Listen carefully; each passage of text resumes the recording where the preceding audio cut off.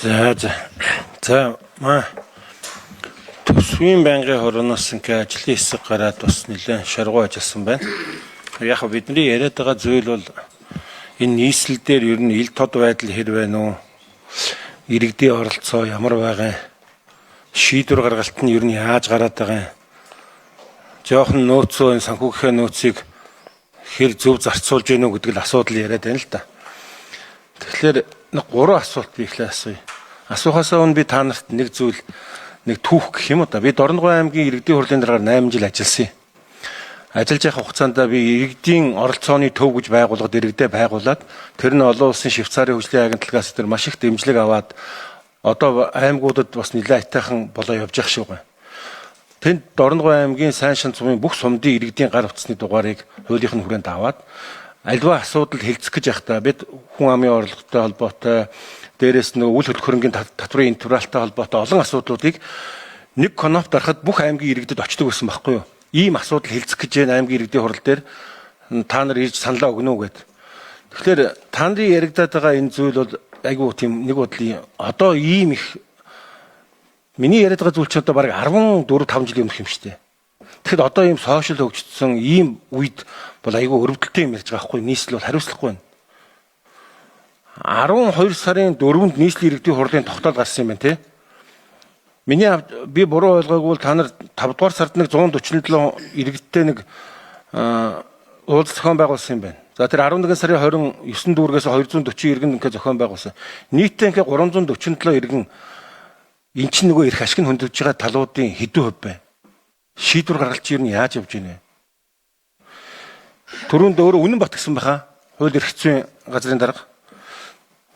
Би өөрөөс чинь 3 зүйл асууя. Нэгдүгээрт нь тэр 12 сарын 4-нд гаргасан иргэдийн хурлын тогтоолыг хууль зүйн яамд хэзээ бүртгүүлсэн.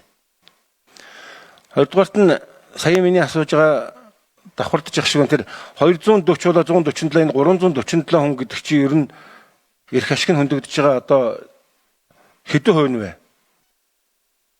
Одоо нийт иргэдийн энэ татвар төлөгчдийн зам ашиглагчдийн та нар энийг бодож үзсэн үү? За 3 дугаарт нь хэрвээ та нар түрүүнд манай хэн гишүүлч юм. Энэ шийдвэр гаргалт чинь их зөв байсан бол өнөөдөр энэ төсвийн байнгын хороноос ажлын хэсэг гаргаад иргэдээс гомдол ирээд тэгээ ингээ 33 мянган гарын үсэг зураа өнөөдөр бид ингээ хэлцээ сууж байх уу? Энэ шийдвэр гаргалтын чинь байдал ер нь яг ямар байна вэ? Үнэн Батарга. За миний 3 асуулт энэ шүү. Дараа нь би зүгээр одоо гэсэн баха тэ өөрөө замын газрын тэр хөрөнгийн менежментийн зардал тэр хэрэглээ талаас мөн дээрэс нь хэн илүү тэр зарцуулж хэн илүү зам ашиглаж. За хариулж эхлэе. За 7 номер 3 асуулт дараа нь тэр хөрөнгийн менежмент 2 номер. За 7 номерыг. Окей. За Ганбаатар гүшүүний асуултанд хариулъя. Хэдэн хувь бэ гэж асууж байна. Ер нь бол өнөөдрийн байдлаар нийслэл Улаанбаатар хотод 1.7 сая иргэн байгаа. Яг бүртгэлтэй машин бол 800 гаруй мянган машин байгаа. Тэгэхээр бол 800 гаруй мянган хувьас нь тооцож үзэх юм бол 300 гаруй иргэн гэдэг бол мэдээж юм баг тоо. Тэгэхдээ нэг зүйлийг бол бид бүхэн бодох ёстой гэж бид нар ингэж бодож байгаа. Юу гэхээр өнөөдрийн хэмжээний акт гаргах хүрээнд нийт одоо 800 мянган эрх ашиг хөндөгдөж байгаа хүний 10%-аас нь саналаа аваад наадхаа батлагддаг юм байвал бид нар хамаагүй тэгээд явах ёстой.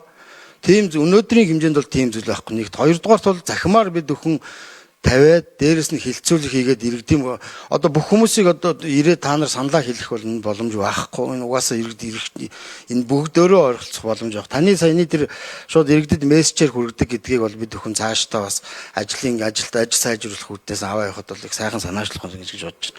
Хоёрдугаарт нь бол их хурлын хуулинд орсон бас нэг том бодлогын асуудал бол энэ иргэдийн санал авдгийн процесс байдаг 30 мянга 70 мянга 100 мянга гэдэг. Энэ хүрээндээ иргэд бол 33 мянган хүн иргэд татвар нэмсэн нь буруу юм а гэдэг санал гаргасан гэж ойлгосон.